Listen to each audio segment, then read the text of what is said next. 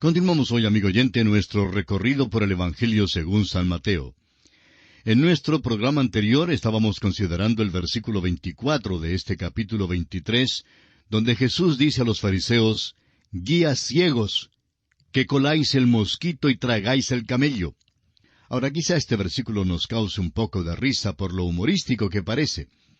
Pero el Señor dijo esto en serio y estamos seguros que muchos en la multitud que le escuchaban se rieron, y especialmente los que conocían a los príncipes religiosos.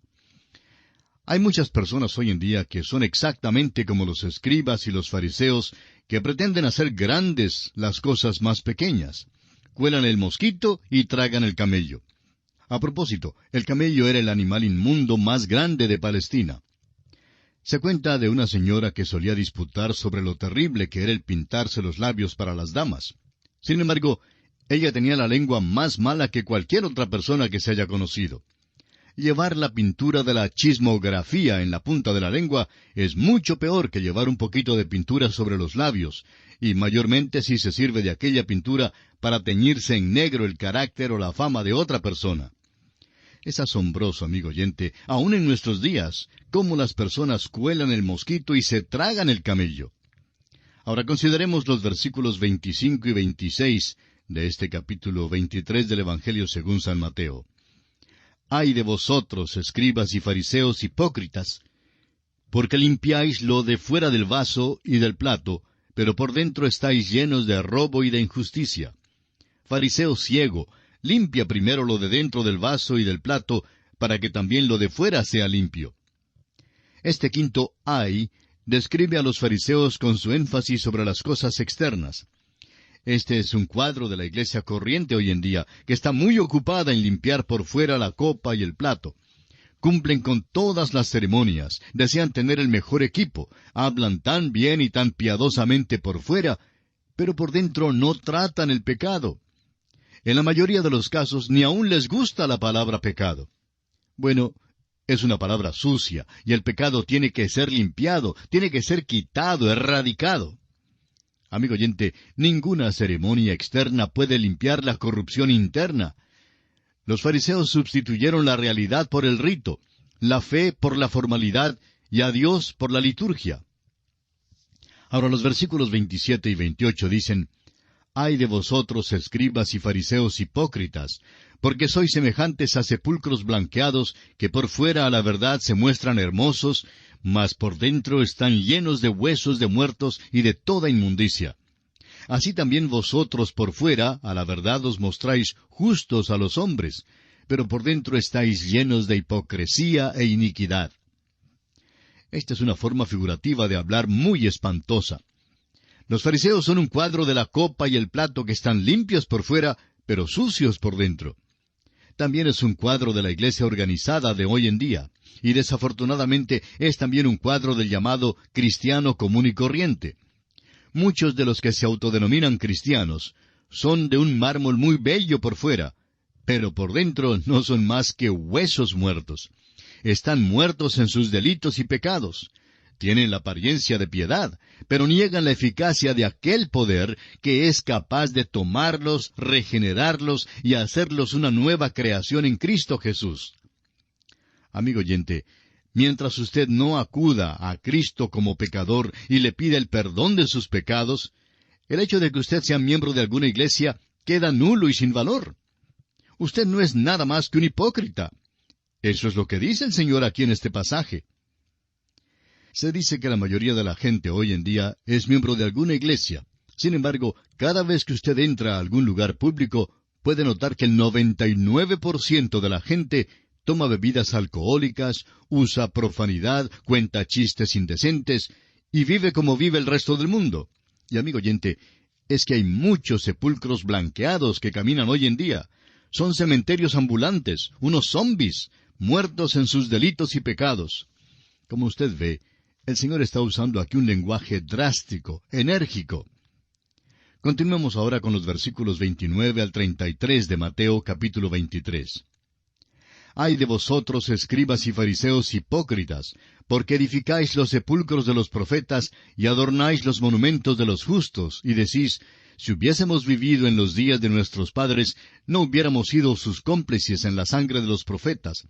Así que dais testimonio contra vosotros mismos de que sois hijos de aquellos que mataron a los profetas.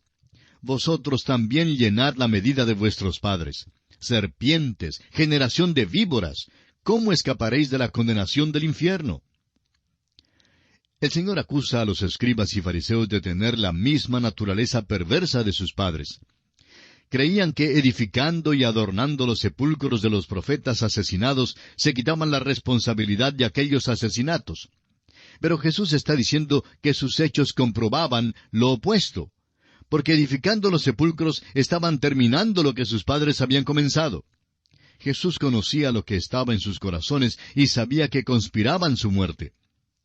Muchas personas creen que por ser Jesús tan benigno y amable, nunca podría haber golpeado súbita y violentamente una mosca ni aplastado una uva.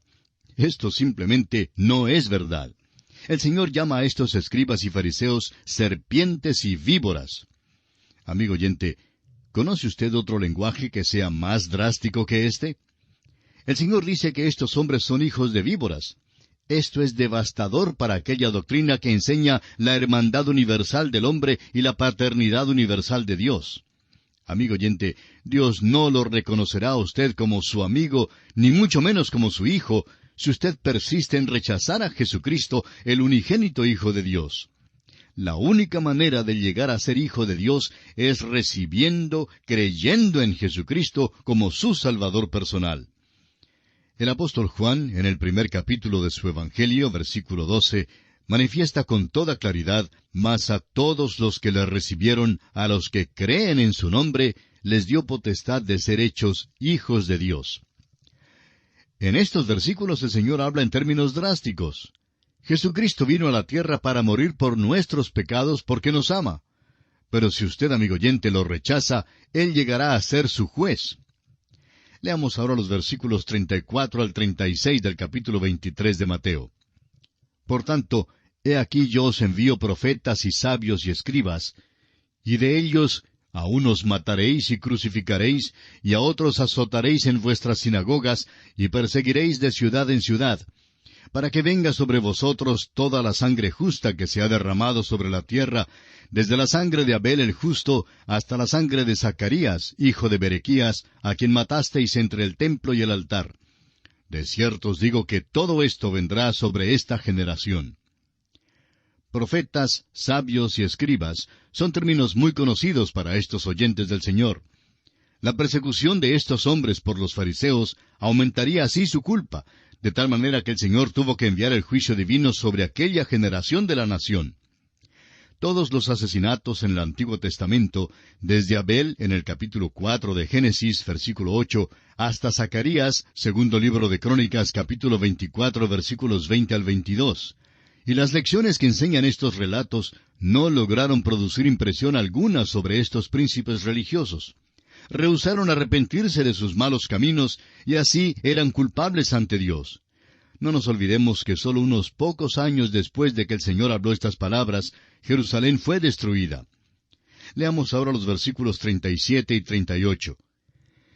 Jerusalén, Jerusalén, que matas a los profetas y apedreas a los que te son enviados.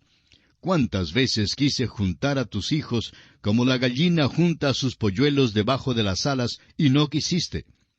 He aquí vuestra casa os es dejada desierta. Jerusalén rechazó a Jesucristo en su entrada a esta gran ciudad. Ahora el Señor rechaza a Jerusalén. Pero el Señor todavía ama a estas personas, aunque las ha denunciado, y aquí Él llora.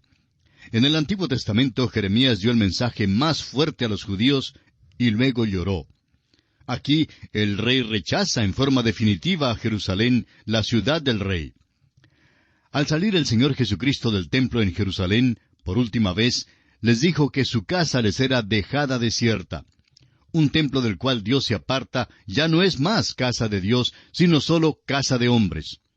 El Señor era la gloria, el Shekinah que se había aparecido, pero ahora se estaba apartando, y Kabod, traspasada es la gloria de Israel. Cita del primer libro de Samuel 4:21. Ahora el versículo 39 de Mateo 23 dice: porque os digo que desde ahora no me veréis hasta que digáis, bendito el que viene en el nombre del Señor. Se terminó el ministerio público del Señor. Este versículo es una referencia clara a la segunda venida de Cristo a la tierra para establecer su reino. Podemos referirnos a Isaías capítulo 11, a Jeremías capítulo 23, versículos 5 al 8, y a Zacarías capítulo 14, versículos 4 al 21. Cuando venga el Señor la segunda vez a la tierra, los judíos como nación lo recibirán con regocijo y aceptarán entonces a su Mesías que antes rechazaron. Y así, amigo oyente, concluimos nuestro estudio del capítulo 23 del Evangelio según San Mateo. Y ahora entramos al estudio del capítulo 24. En este capítulo, los discípulos hacen a Jesús 3 preguntas, y Él contesta 2 de ellas con respecto a la señal del fin de la edad y la señal de su venida. Los capítulos 24 y 25 de San Mateo, conocidos como el Discurso del Monte de los Olivos, constituye el último de los 3 discursos principales de Jesús en este Evangelio. Estos discursos son, primero, la constitución del reino, o sea, lo que comúnmente conocemos como el Sermón del Monte, en los capítulos 5 al 7 de San Mateo. Y allí se dan las éticas del reino. En segundo lugar, la continuación del reino, o sea, el discurso de las parábolas de los misterios, en el capítulo 13 de San Mateo. Y allí tenemos la enunciación del presente estado del reino. Y en tercer lugar, la conclusión del reino, o sea, el discurso del Monte de los Olivos, que consideraremos en los capítulos 24 y 25 de San Mateo. Aquí también se da a conocer la escatología, o sea, el futuro del reino. Se les llama a estos discursos los discursos principales, por razón de su extensión, contenido y propósito. Después de que Jesús anunció al final del capítulo 23 que Jerusalén no le vería más hasta su regreso, en aquel tiempo cuando ellos dirían, bendito el que viene en el nombre del Señor, sus discípulos quedaron perplejos, pues esperaban la instauración del reino y no tales palabras. Más tarde le llamaron la atención a Jesús en cuanto a los edificios del templo. Luego Jesús los asustó aún más al afirmar que no quedaría allí piedra sobre piedra.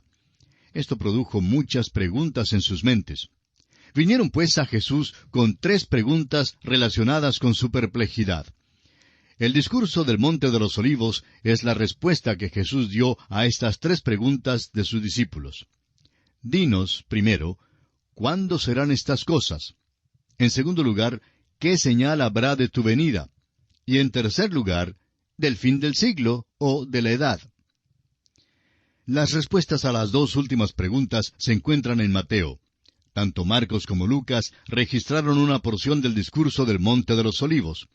Lucas anotó la respuesta que Jesús dio a la primera pregunta de los discípulos en cuanto al tiempo cuando no quedaría piedra sobre piedra en los hermosos edificios del templo, el versículo 2. Esta profecía fue cumplida en el año 70 después de Cristo, cuando el templo fue destruido. Ahora necesitamos recordar que los discípulos no estaban pensando en términos de la iglesia, que estaban saturados con las escrituras del Antiguo Testamento, las que les habían contado acerca de un período de dolor intenso que precedería al establecimiento del reino, y que es denominado tiempo de angustia para Jacob. El profeta Jeremías, en el capítulo 30 de su profecía, versículo 7, habla en cuanto a este tiempo y dice, «Ah, cuán grande es aquel día, tanto que no hay otro semejante a él, tiempo de angustia para Jacob, pero de ella será librado». En Deuteronomio capítulo 4, versículos 30 y 31, Moisés también se refiere a este tiempo de dificultad antes de que los israelitas pudieran entrar en la tierra prometida. Moisés dice, «Cuando estuvieres en angustia y te alcanzaren todas estas cosas, si en los postreros días te volvieres a Jehová tu Dios y oyeres su voz, porque Dios misericordioso es Jehová tu Dios, no te dejará ni te destruirá, ni se olvidará del pacto que les juró a tus padres». Usted debe leer, amigo oyente, el discurso del Monte de los Olivos muchas veces, hasta cuando se familiarice con su contenido. No trate de atribuirle los eventos de los 2000 años pasados. No trate de insertar a la iglesia en esta sección. Jesús positivamente no habla aquí en cuanto a la iglesia, sino que contesta las preguntas de los discípulos, quienes están solo pensando en cuanto al establecimiento del reino de los cielos. El discurso del Monte de los Olivos mira más allá, hacia aquel tiempo del fin que menciona Daniel y del cual los discípulos indagaron diciendo, «Señor, ¿restaurarás el reino a Israel en este tiempo?» Muchos versículos exponen claramente que este discurso toca a Israel y a los gentiles y no a la iglesia. Algunos eventos en el principio del discurso son contemporáneos con la iglesia, pero aun estos no son términos sinónimos a ella. El libro de Daniel, el discurso del Monte de los Olivos y el libro de Apocalipsis combinados dan un cuadro multifacético de las profecías relacionadas con la venida de Cristo para establecer su reino. Cabe recordar aquí la segunda carta del apóstol Pedro, capítulo 1, versículo 20, donde dice, «Entendiendo primero esto, que ninguna profecía de la Escritura es de interpretación privada». Nuestro Señor ahora ha denunciado a los príncipes religiosos. Ha vuelto la espalda a Jerusalén y les ha dicho a sus habitantes que su casa, o sea, el templo, quedaría desierta. Leamos entonces los primeros 2 versículos de este capítulo 24 de Mateo.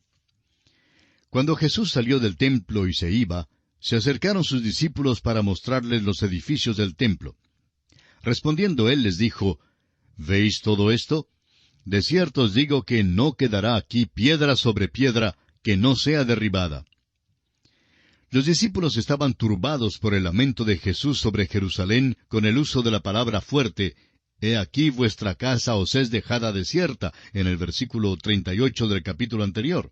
Querían entonces dirigir su atención hacia la hermosura del templo, el cual estaba lejos de ser desolado. Luego Jesús los afligió más con la declaración tocante a la destrucción venidera de Jerusalén.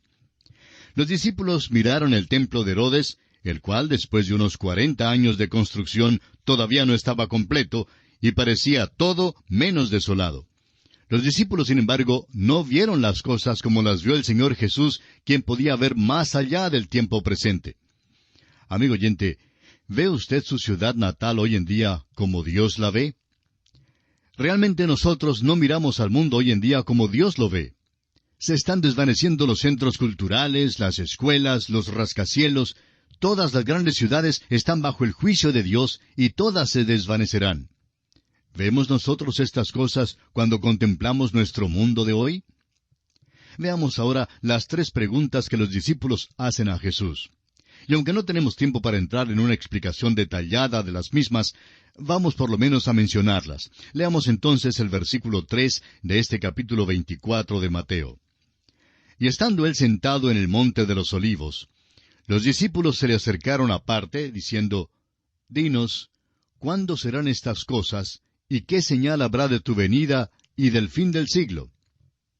Al sentarse el Señor en el monte de los olivos, motivo por el cual esta sección se llama el discurso del Monte de los Olivos, sus discípulos vinieron a él con 3 preguntas que habían surgido en sus mentes con respecto a sus declaraciones en cuanto a Jerusalén. En primer lugar, ¿cuándo serán estas cosas? Cuando no quedará piedra sobre piedra. En segundo lugar, ¿qué señal habrá de tu venida? La respuesta a esta pregunta se encuentra en los versículos 23 al 51. Y en tercer lugar, ¿qué señal habrá del fin del siglo?